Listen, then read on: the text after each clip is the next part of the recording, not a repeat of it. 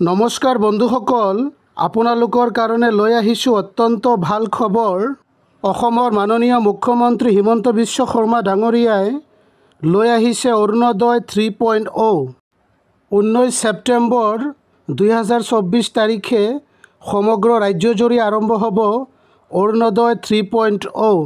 এতিয়া বন্ধুসকল, কোনে আবেদন কৰিব পাৰিব সেই বিষয়ে আমি জানি লওঁ আহক। বন্ধুসকল, আপোনালোকে চাব পাৰে বিধৱা, অবিবাহিত, 45 বছৰ বয়সৰ ঊৰ্ধ্বৰ, বিবাহ বিচ্ছেদিত আৰু অকলশৰীয়া মহিলাসকলে অৰুণোদয় 3.0ৰ কাৰণে আবেদন কৰিব পাৰিব। দ্বিতীয়তে, তৃতীয় লিংগৰ নাগৰিকে অৰুণোদয় 3.0ৰ কাৰণে আবেদন কৰিব পাৰিব। তৃতীয় পইণ্টটো হৈছে লিংগ নিৰ্বিশেষে দিব্যাংগ ব্যক্তিৰ অধিকাৰ আইন 2016 অনুসৰি যিসকলৰ হাতত দিব্যাংগ চাৰ্টিফিকেট আছে তেখেতসকলেও অৰুণোদয় 3.0ৰ কাৰণে আবেদন কৰিব পাৰিব। 4 নম্বৰ পইণ্ট হৈছে চৰকাৰী পঞ্জীয়নভুক্ত বৃদ্ধাশ্ৰমত থকা মহিলা তথা বৃদ্ধা ৰোগীয়া মহিলাসকলেও অৰুণোদয় 3.0ৰ কাৰণে আবেদন কৰিব পাৰিব। 5 নম্বৰ পইণ্টটো হৈছে পৰিয়ালৰ উপাৰ্জনক্ষম ব্যক্তিগৰাকী বৃদ্ধ 60 বছৰৰ ঊৰ্ধ্বৰ অথবা দিব্যাংগ হ'লে তেনে ঘৰৰ মহিলাসকলেও আবেদন কৰিব পাৰিব।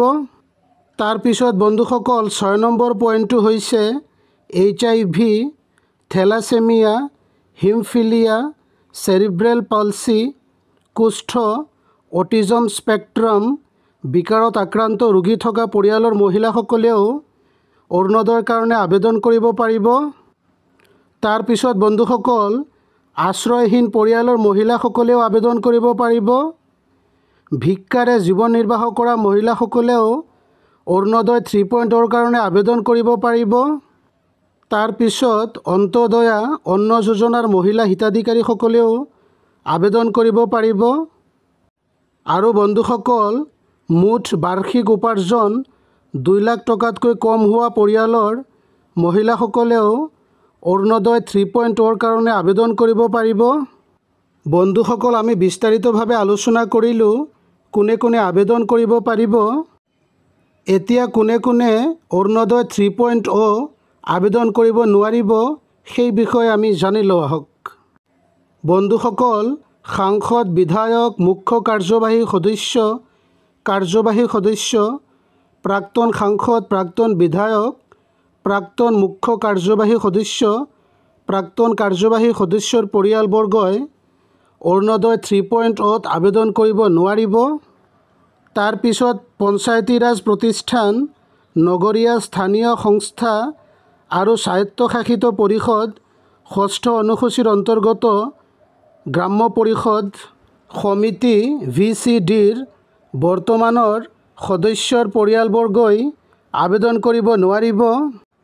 চিকিৎসক, অভিযন্তা, স্থাপত্যবিদ, চাৰ্টাৰ্ড একাউণ্টেণ্ট, বেংক বিষয়া, উকিলৰ পৰিয়ালে আবেদন কৰিব নোৱাৰিব। বিশ্ববিদ্যালয়, মহাবিদ্যালয়, উচ্চতৰ মাধ্যমিক বিদ্যালয়, কনিষ্ঠ মহাবিদ্যালয়, উচ্চ মাধ্যমিক বিদ্যালয়, উচ্চ প্ৰাথমিক আৰু নিম্ন প্ৰাথমিক বিদ্যালয়ৰ শিক্ষকৰ পৰিয়াল, ঠিকাভিত্তিক আৰু অস্থায়ী শিক্ষকক সামৰি এইসকলে আবেদন কৰিব নোৱাৰিব। অংগনৱাড়ী কৰ্মী, মধ্যাহ্ন ভোজন কৰ্মী, আশা কৰ্মী, আশা তত্ত্বাৱধায়ক তথা গাঁও প্ৰধানকে সামৰি যিকোনো চৰকাৰী নিয়মীয়া কৰ্মচাৰী, পেঞ্চনাৰ অথবা ঠিকাভিত্তিক কৰ্মচাৰীৰ পৰিয়ালবৰ্গই আবেদন কৰিব নোৱাৰিব। তাৰপিছত বন্ধুসকল, আয়কৰ পৰিশোধ কৰা চৰকাৰী ঠিকাদাৰ আৰু যোগনিয়াৰ, ৰিয়েল ইষ্টেট বিল্ডাৰ, উদ্যোগপতি, ব্যৱসায়ৰ অনুজ্ঞা পত্ৰপ্ৰাপ্ত ব্যক্তিৰ পৰিয়ালবৰ্গই আবেদন কৰিব নোৱাৰিব। আয়কৰ পৰিশোধ কৰা ব্যৱসায়ী, উদ্যোগী, দোকানী, বেপাৰীৰ পৰিয়ালবৰ্গই আবেদন কৰিব নোৱাৰিব। তাৰপিছত বন্ধুসকল, ক্ষুদ্ৰ আৰু উপান্ত শ্ৰেণীৰ বাহিৰে ভূমিৰ অধিকাৰী পৰিয়ালবৰ্গই আবেদন কৰিব নোৱাৰিব। তাৰপিছত 4 চকীয়া মটৰ বাহন থকা পৰিয়ালৰ সদস্যই আবেদন কৰিব নোৱাৰিব। অৰুণোদয় প্লাছ অথবা তেনেধৰণৰ আঁচনিৰ অধীনত ৰাজ্য চৰকাৰৰ পৰা অৰুণোদয় 3.0ৰ ধনৰাশিৰ সম পৰিমাণৰ অথবা তাতকৈ অধিক পৰিমাণৰ ধন লাভ কৰা পৰিয়ালৰ সদস্যবৰ্গই আবেদন কৰিব নোৱাৰিব।